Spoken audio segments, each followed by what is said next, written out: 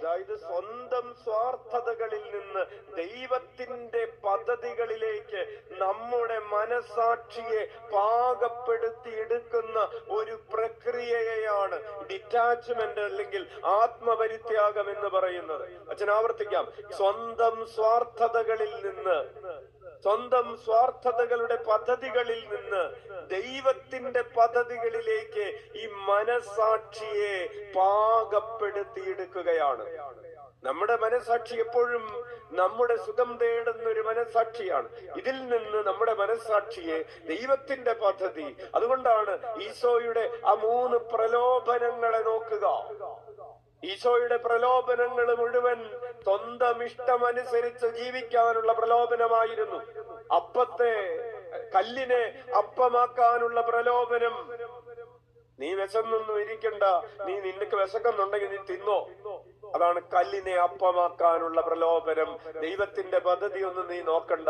ഈശോ പറഞ്ഞു, ഞാൻ വന്നിരിക്കുന്നത് അല്ലെങ്കിൽ മനുഷ്യപുത്രൻ ജീവിക്കുന്നത് അപ്പം കൊണ്ടല്ല, ദൈവത്തിന്റെ വചനം കൊണ്ടാണ്.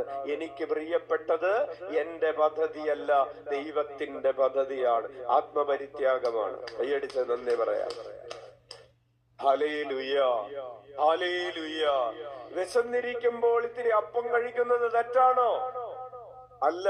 പക്ഷെ ഈശോ പറയാണ്, ഇവിടെ കർത്താവിന്റെ വചനം മതി. രണ്ടാമത്തെ പ്രലോഭനം, നീ നിന്റെ തന്നെ വഴികളിലൂടെ ഇതാ ദേവാലയത്തിന്റെ മുകളിൽ നിന്ന് താഴേക്ക് ചാടുക.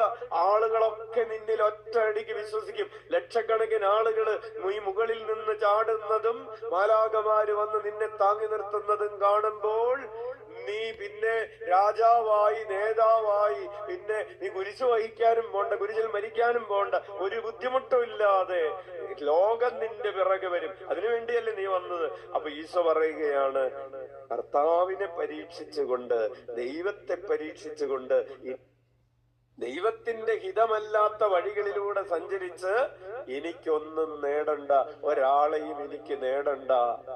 ആളുകൾ എനിക്ക് പുല്ലാണ്. എനിക്ക് പ്രധാനപ്പെട്ടതാരാണ്? ദൈവമാണ്. ദൈവത്തിന്റെ വഴിയാണ്, ആളുകളുടെ വഴിയല്ല. മൂന്നാമത്തെ പ്രലോഭനം എന്താണ്? അപ്പോൾ ഈശോ തന്നെ പരിത്യജിക്കുന്നു. ആളുകളെ, വ്യക്തികളെ കർത്താവിന് മുകളിലല്ല, അവരൊക്കെ കർത്താവിന് താഴെയാണ്. ഒരു മകള് വന്നിട്ട് പറഞ്ഞു, അച്ഛാ